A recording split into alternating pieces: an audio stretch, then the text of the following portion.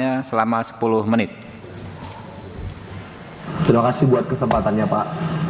Jadi pekerjaan pembuatan video profil desa ini bermula ketika pada tahun 2019 ada COVID-19, Pak, yang melanda dunia.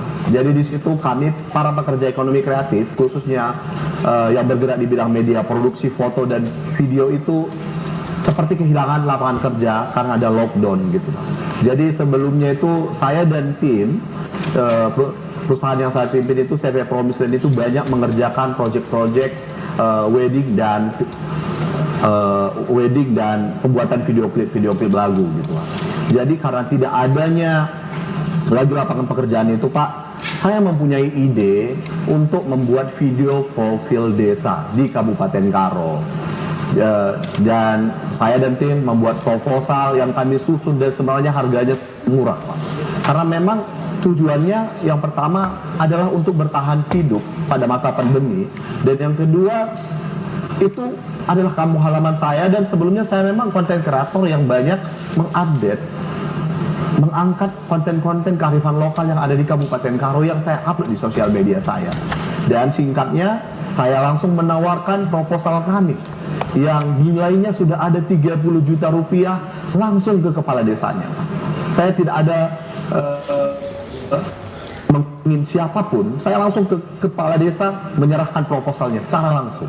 Dan kemudian dalam proses itu ada kepala desa yang menerima, ada yang tidak. Tapi dalam proses itu tidak langsung diterima, Pak. Di tahun 2020 itu tidak semua, mungkin hanya ada 10 atau saya lupa 10 atau 12 desa yang menerima proposal kami itu gitu. Dan dibuatlah perjanjian kerjasamanya lengkap dengan kontraknya yang di dalamnya sudah ada apa-apa yang akan kami kerjakan gitu. Jadi konten-konten yang kami angkat itu adalah konten kearifan lokal, sejarah desa gitu, dan potensi-potensi desa gitu, Pak. Jadi itu yang kami angkat, dan penggunaan anggaran-anggaran desa supaya masyarakat itu tahu gitu. Desa ini apa menjadi potensinya gitu, Pak. Dan kemudian kami kerjakan dengan alat yang profesional dan keahlian yang profesional, Pak. Semua kami adalah profesional videographer yang mengerjakan ini, dan kami mengerjakannya. Dan kemudian setelah videonya selesai, kami serahkan ke kepala desa masing-masing. Kami serahkan untuk direvisi terlebih dahulu, karena tingkat selesai atau tidaknya sebuah pekerjaan video itu adalah kepuasan klien.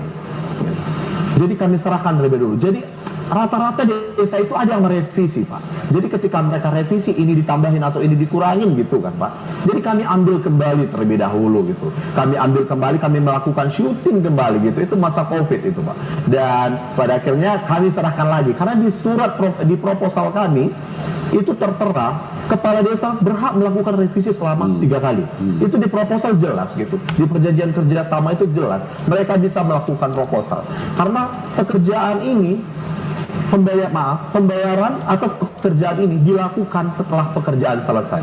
Dan kemudian kami menerima pembayaran sejumlah 30 juta, persis seperti proposal, persis seperti SPJ yang saya tanda tangani, Pak. Tidak ada yang berbeda. Itu langsung dipotong pajak yang dibayarkan oleh desa. Jadi kami menerima itu uang yang sudah dibayarkan pajaknya gitu, Pak. Dan kemudian di tahun 2021 ada lagi desa. Mungkin karena melihat portofolio kami di tahun 2020 gitu, Pak. Kami kerjakan itu masih di COVID. Dan di tahun 2022 ada 2 desa. Sebenarnya 2 desa yang di tahun 2022 ini, Pak. Karena di 2021 sudah kami kerjakan, tapi dananya tidak cukup nih.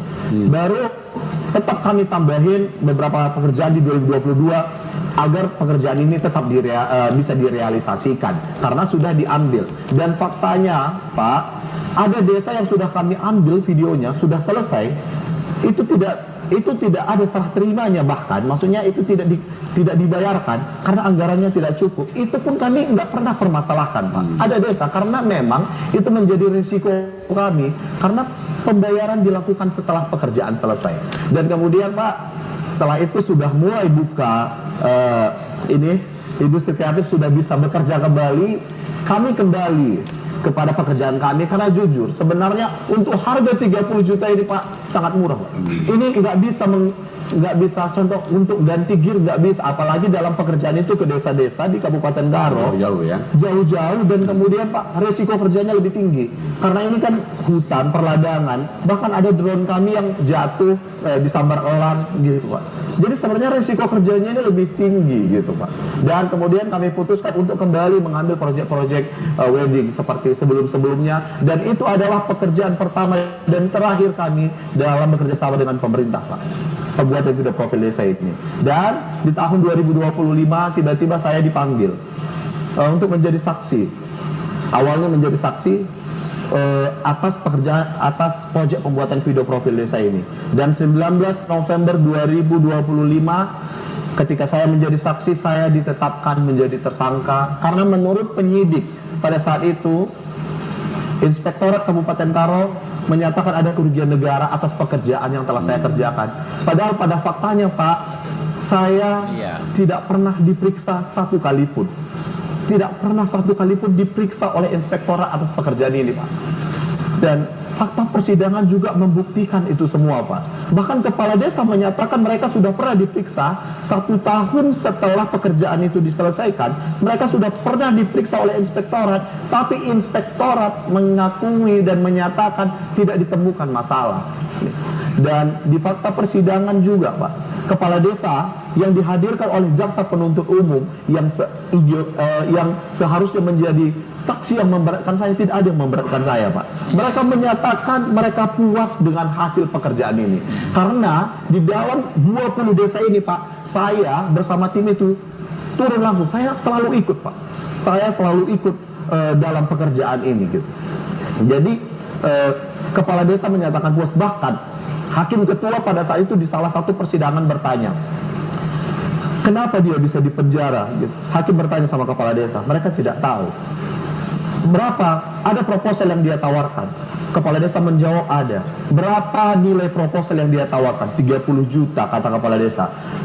Berapa yang kalian bayarkan? 30 juta. Dan hakim bertanya, terus kenapa dia bisa dipenjara? Kepala desa berjawab, nggak tahu yang mulia gitu. Dan sampai saat ini pun saya tidak, sebenarnya Pak, saya sangat bingung atas kondisi ini. Dan kemudian setelah persidangan itu, saya menemukan bahwa di LHP diketemukan bahwa ada marat itu dimunculkan karena ada beberapa item yang dinolkan oleh auditor dan diamini oleh jaksa penuntut umum di dalam surat tuntutannya. Itu ada ide itu besarannya di dalam proposal itu 2 juta, editing 1 juta, cutting 1 juta, dubbing 1 juta, clip on atau mikrofon 900.000 yang totalnya 5,9 juta ini semuanya dianggap nol oleh auditor maupun jaksa penuntut umum. Jadi seperti itulah singkatnya cerita pembuatan video profil ini, yang saya hari ini hanya mencari keadilan. Saya hanya pekerja ekonomi kreatif. Yang saya takutkan jika hal ini terjadi, kami anak-anak muda pekerja ekonomi kreatif di Indonesia akan takut untuk bekerja sama dengan pemerintah. Saya cuma mencari keadilan Pak. Saya cuma pekerja ekonomi kreatif biasa Pak. Saya nggak punya wewenang dalam anggaran Pak. Sederhananya saya hanya menjual. Kalau memang harganya kemahalan, kenapa tidak ditolak saja? Atau kalau tidak sesuai, kenapa harus dibayarkan? Tidak perlu saya dipenjarakan. Karena pekerjaan ini kami lakukan tahun 2020 juga saat pandemi, hanya untuk bertahan hidup dan untuk mempromosikan Kabupaten Karo. Bisa dilihat Pak dari sosial media saya. Dari dulu saya selalu mengangkat konten-konten kearifan lokal di Tanah Karo. Saya bahkan Pak, saya izin, saya pernah melakukan demo tunggal menaiki Tugu Perjuangan Bestagi karena pesta penjual-jual ditiadakan di Kabupaten Karo. Saya lakukan sendiri Pak. Saya cinta sekali dengan Tanah Karo Pak. Walaupun dengan kejadian ini, saya akan tetap mencintai Tanah Karo.